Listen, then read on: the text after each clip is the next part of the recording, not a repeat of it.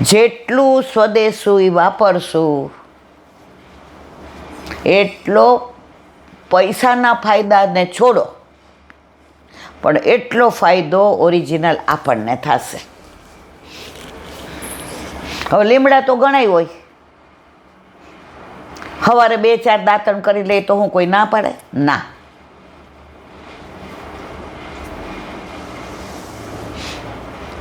હવે હમણાં આપણે ઓર્ગેનિક બાજરો આવ્યો, બધા એમ કે આના રોટલા જો કેવો મીઠા થાય છે, પણ એમાં કાંઈ ખાતર જ નથી નાખ્યું. ઓલા ગાયના છાણ ને બધું આવે, અંદર જાય ગૌમૂત્રને. અત્યારે બધાને જીન્સ પહેરવા છે, ચામડીના રોગ અત્યારે છે એટલા કોઈને છે. પહેલાં તો ધોતી ને બંડી ને હાલો એ ન પહેરો, કાંઈ વાંધો નહીં, પણ આપણા તો પહેરો મારા વાલા. શરમ આવે છે હવે બધાને. મેં ક્યાંક વાત વાંચી હતી કે કયા દેશના મને નથી ખબર, એને હેડ ઓફ ધી ડિપાર્ટમેન્ટ સેના કરવામાં આવ્યા. વર્ષો પહેલાં વાંચી હતી, નાની હતી ત્યારે, પણ મને એ યાદ રહી ગયું. તો પછી બધાએ કીધું, એ કે તમે આવા હોશિયાર ને તમે તો એ કે આમ હાવ આવી ગરીબ પરિસ્થિતિમાં રહેતા હતા અને તમને આ પ્રેરણાના પિયુષ કોણ પાયા, એ કે તમે આવા મોટા બન્યા, એ કે આટલા બધા પરીક્ષા દીધી એમાં તમે ગોલ્ડ મેડાલિસ્ટ થયા, એ કે. એટલે પછી કે હવે તમારે ઇન્ટરવ્યૂ પૂરું થયું હોય તો હું જાઉં. એ દોડ્યા ને તો બધાએ જોયું કે આ કાં દોડ્યા. એની માં ગાંડી હતી, એટલે એને ટાઈમ થઈ ગયો હતો કે જો એને અત્યારે ખવડાવીશ નહીં તો આખો દિવસ એ ખાશે નહીં, કારણ કે એ તોફાન કરશે. અને જો ટાઈમ એને હું ખવડાવી દઉં છું, અને આ દેશી ઓસડિયા, જો મારે સ્વદેશીની વાત કરવી છે, આ દેશી ઓસડિયા નાખીને એને ખવડાવું છું તો એ શાંતિથી ભગવાનનું નામ દઈને ખાટલામાં હોઈ રહે છે. તો દોડ્યા તો ઓલા પત્રકાર એની પાછળ ગયા.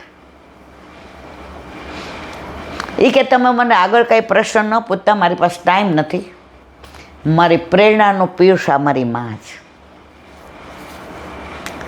બધાએ સેલ્યુટ કરી, ધન્યવાદ તમને. જેની માને કપડાનું ભાન નથી, થૂક મોઢામાંથી જાય છે, આંખમાં ચીપડા છે, એણે જઈને સરસ નેપકિનથી બધું લૂછી દીધું, સાલ્લો સરખો પહેરાવ્યો ને ખાટલે બેસાડે, હાલ બા આપણે બે જમી લઈએ, તું મને જમાડ, હું તને જમાડું. હા હા હા હા. ખાટલા ઉપર લઈને બેઠા, આટલા તાહડામાં ખીચડી ને શાક. એને ખવડાવે ને મા એને ખવડાવે. અને પછી ઓલી દવા દઈ દીધી ઓસડિયા. નિરાંતે સૂઈ ગયા ખાટલામાં. પેલા ખાટલાય હતા, ફળિયાય હતા, લીમડા પવને આવતો હતો, કાથીવાળા હતા, એની મેળા એક્યુપ્રેશર થતું હતું. અત્યારે તો 24 કલાક પલંગ હોય, એટલે એ જ નવરા પડ્યા નથી ને મોબાઈલ લઈને ડેન ડેન ડેન. અરે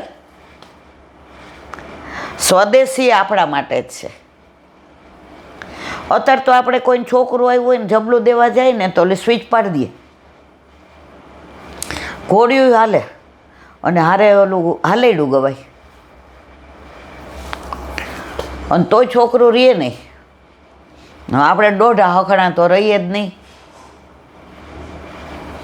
એલા આંટી 1 મિનિટ વાહ કોજીએ ચડ્યો છે, મેં તારું આ બધું બંધ કરતો, સ્વિચ ને ફીટ ને બધું. મને કે તો મારે હિંચકા નાખવા પડે. મેં કરી દે બધું બંધ. મેં થાપ આપ ધીમે ધીમે, બેટા તારો હાથ અડે ને એમ. આ બધા જે ગર્ભના સંસ્કારોની વાત કરે છે ને, એમ આવ્યા પછી આ બધી રસમ છે. થાપ આપ અને હવે તું ગા. ભાઈલો મારો ડાયો ને પાટલે બેસી નાયો, હા હા હાથ ગલું. આ બધા ગાતા હતા અમે. એની માનો અવાજ સાંભળો, એની માનો સ્પર્શ મળ્યો, થાપ મળી, 5 મિનિટમાં એ બાળકી સૂઈ ગઈ. ગીલા આંટી તમે મેં તો બેટા જબરા નહીં, આ બધું તમે ઇંગ્લિશમાં એને નો મજા આવે. અત્યારે તો ટચ થેરપીથી લોકો હાજા થઈ જાય, પણ એ થેરપી કરવા જાઓ પણ તમારા ઘરે તમારું બાળક તમારામાંથી પ્રગટ થઈને આવ્યું છે. તો જેમ પરમાત્મામાંથી ને આત્મા છૂટો પડ્યો તો એ પરમાત્માની સેવા કરે છે તો એને આનંદ આવે જ. એમ આપણા બાળકને આપણે થાપ મારીએ, આપણે ગાઈએ, આપણે હરખ કરીએ, આપણે ગોદમાં, આ બધું ઇલેક્ટ્રિક. સૂઈ ગઈ ને, હવે આ લઈ લે, તે એનું ઓલું લઈ લે ઓઢાડવાનું. મને કે આ મેં કીધું આ લઈ લે, મેં તારો જૂનો સાલો છે, મને કે ઓઢાડ્યો. મેં તો બેટા તું એને ખવડાવતી ને ધવડાવતી હોય ને તો એને સાડલાની ટેવ પડી હોય તારી, તો તું એ સાડલો ઓઢાવ ને એને હું ફ્રેક, મારી માં છે મારી બાજુમાં, હું એની ગોદમાં છું. બીજા દિવસે ફોન આવ્યો, ઈલા આંટી 3 કલાક હોઈ ગઈ હતી. તો આમાંય તમે માં તરીકે આ કરશો ને, એમ સ્વદેશીમાંય ભારત આપણી માં છે, એને સ્પર્શ કરેલું વાપરો ને. ઓલા ઇલેક્ટ્રિકમાં શું કામ પડો છો મારા વાલા? તમારી ભારત માનો સ્પર્શ થયો છે ને, જીન્સમાં તમારી માનો સ્પર્શ થયો છે, ઓલા ફોરેનના સ્પ્રે આવે એમાં સ્પર્શ થયો છે, ઓલા ફોરેનના ડવ ને ફવ ને શું આવે છે.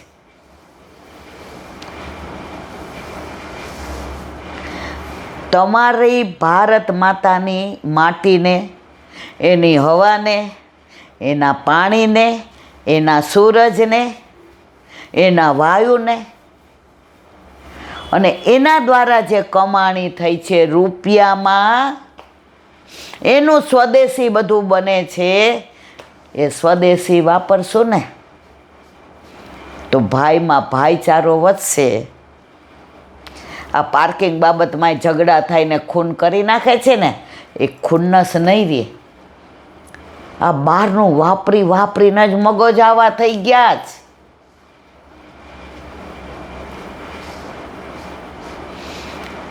અત્યારે જ્યાં જાવ ને બધા દારૂ પીતા હોય.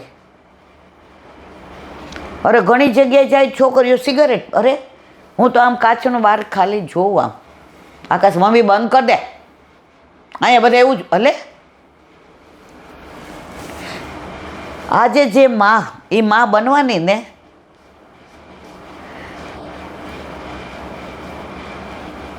શું કામ ના બધું સ્વદેશી વાપરશો ને તો આ ભારતની ધરતી છે.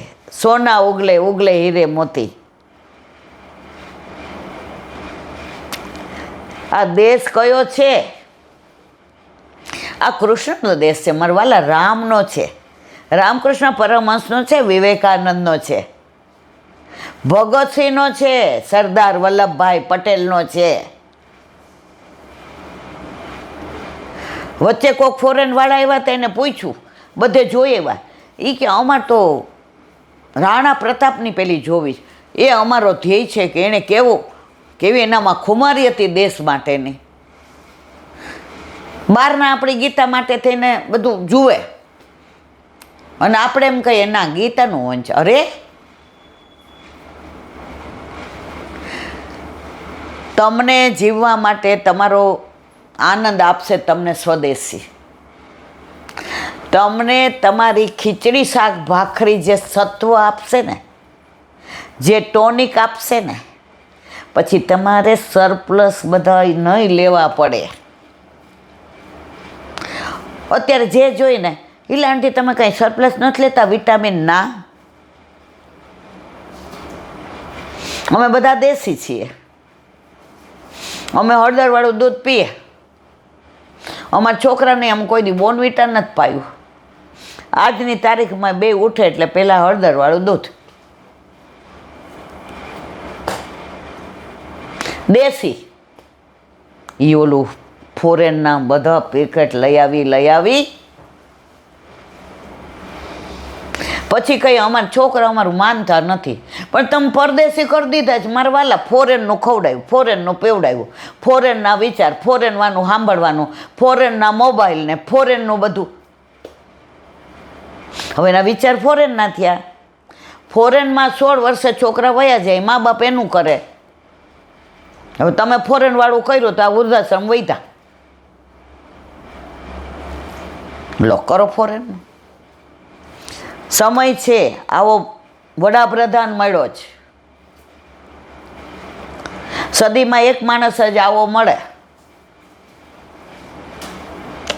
એ એકલો તૂટી જશે તોય કાંઈ નહીં થાય. સાથ આપણે દેવો પડશે. જો હું પહેલાં ભારતીય છું, પછી સનાતની છું ને પછી વૈષ્ણવ છું. ये भारत देश है मेरा, जहाँ सोना उगले उगले हीरे मोती. पाछो एवो करवो એ આપણા હાથમાં છે. આગળ વયા ગયા નહીં વાતો કરતા કરતા. બોલો વલ્લભાધીશ કી.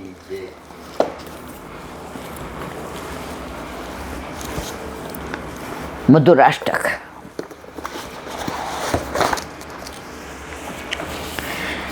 કાલે 2 શ્લોકને આપણે વિરામ આપ્યો, આજે 3જો શ્લોક.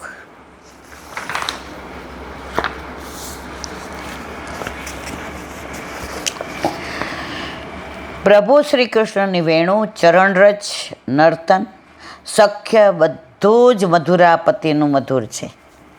શ્રી કૃષ્ણના અધરની સુધા, અમૃતથી વ્યાપ્ત હાથમાં રહેલી વેણુ ભક્તોને નિમંત્રણ આપતી.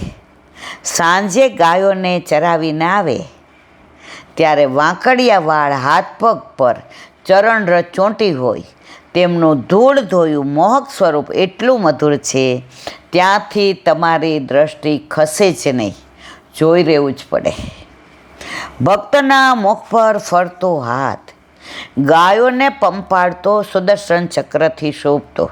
ના, આ ખોટું છે, અહીંયા સુદર્શન ચક્ર ના હોય. ગાયોને દોડતો હાથ, બંને ચરણ ભક્તોના હૃદય સાથે જોડાયેલા, ભક્તોથી વંદન કરાતા કાલીય નાગની ફણાઓ ઉપર નિર્મળ ચરણ નૃત્ય કરતા, બાળપણમાં માતા યશોદાની સમક્ષ કરાતા નૃત્ય, રાસલીલામાં અગણિત સ્વરૂપે કરેલા નર્તનો, સમાન સખાઓ સાથેની મિત્રતા. અર્જુનને સ્પષ્ટ કહ્યું, તું મારો પ્રિય સખા. તેમજ ગોપ સખાઓ સાથે જે માખણ ચોરીની મજા હતી એ દ્વારકાધીશ થયા પછી નથી. વેણુ શબ્દ શ્રી કૃષ્ણ સાથે એવું જોડાયેલું છે કે આપણને શ્રી કૃષ્ણની તસવીર મનમાં પણ જોતા વેણુ વગર અધૂરું લાગે. તમે કોઈ પણ ચિત્રજી જો, વેણુ વિના ઠાકોરજી અધૂરા જ લાગે. એટલે તો ગોપીઓ કહે છે અમારી સોઈક છો સોઈક. 24 કલાક હારે રહેવાનો, રાતના પોઢે તો અહીંયા બાંધી દે. બહુ જબરી. તો વેણુ શ્રી કૃષ્ણના અંગ સાથે જોડાયેલી છે કે જે મુરલીધર, મુરલી મનોહર જેવા નામથી આપણે યાદ કરીએ છીએ. વેણુ ફક્ત નિર્જીવ વાંસનો ટુકડો કે પ્રભુનું પ્રિય વાદ્ય નથી, પરંતુ તે સ્વરૂપાત્મક તત્વ છે કે જેને પ્રભુના અધરામૃતનું અલભ્ય ફળ પ્રાપ્ત થયું છે. આચાર્ય શ્રી મહાપ્રભુજીએ શિવજી માટે સુંદર વિવરણ કર્યું. શિવજી ભ્રમિત સૃષ્ટિના અનેક કાર્યો કરી બ્રહ્મની બીજી લીલાઓના ચિંતન અને સત્સંગમાં મગ્ન રહે છે. આમ સતત સેવા અને સ્મરણમાં મગ્ન શ્રેષ્ઠ વૈષ્ણવ શિવજીને વેણુ સ્વરૂપે અતિ દિવ્ય ફળ પ્રાપ્ત થયું છે. વૈષ્ણવા નામ યથા શંભુ. આપણો પહેલો વૈષ્ણવ આપણા મહાદેવ. પહેલાંના લોકો તો નાના હતા ને તો અમે એમ કહીએ ને કે કપડાં સીવડાવવા જવા છો, તો નામ ન બોલવા દે. જો જાણતા ન હોય ને એ પછી બીજાને એવું જ શીખવાડે. આપણે તરત પૂછીએ કેમ, પછી કીધું કે ના, મહાદેવ તો પહેલાં વૈષ્ણવ છે. જઈએ એટલે જય શ્રી કૃષ્ણ કરીએ તેવા રાજી થાય. મારા આરાધ્યને યાદ કર્યો. મારો આરાધ્ય એટલે શંકર ભગવાનનો આરાધ્ય દેવ કોણ? કૃષ્ણ. આપણી સામું જોયા વિના ન રહીએ. આપણે ઉજ્જૈન બેઠકમાં ગયા હતા સાંદીપની આશ્રમમાં. પછી ત્યાં શું છે? મહાકાલેશ્વર છે ને. હવે ત્યાં તો લાંબી લાઈન. મેં તો ભાઈ આપણાથી તો ઊભું નહીં રહેવાય. તો કે વ્હીલચેરની વ્યવસ્થા. હવે અંદર ગયા તો એટલી ગીરદી એટલે આપણાથી બોલાઈ ગયો, જય શ્રી કૃષ્ણ, અમારા ઠાકોરજી પ્રસન્નતામાં છે. આ પ્રસન્નતામાં જ ઓલા આગળવાળા કે જાઓ જાઓ જાઓ જાઓ જાઓ. શંકર ભગવાન કે મારા આરાધ્ય દેવને યાદ કર્યો એટલે હું એને દર્શન કેવા થઈ ગયા? થયા ને. જય શ્રી કૃષ્ણ જ્યાં જઈએ ને જય શ્રી કૃષ્ણ તો કરવાના કરવાના ને કરવાના જ.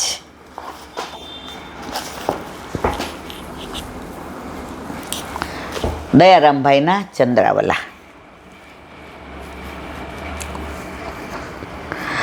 ક્વચિત પાંડિત્ય ચેન્ન નિગમ ગતિ સાપી યદિ ન ક્રિયા સા સાપી સ્યાત યદિ ન હરિમાર્ગે પરિચય. ભાવાર્થ. કદાચ કોઈ વિદ્યા ભણીને પંડિત બની શકે તો તેમાં વેદોની જાણકારી તથા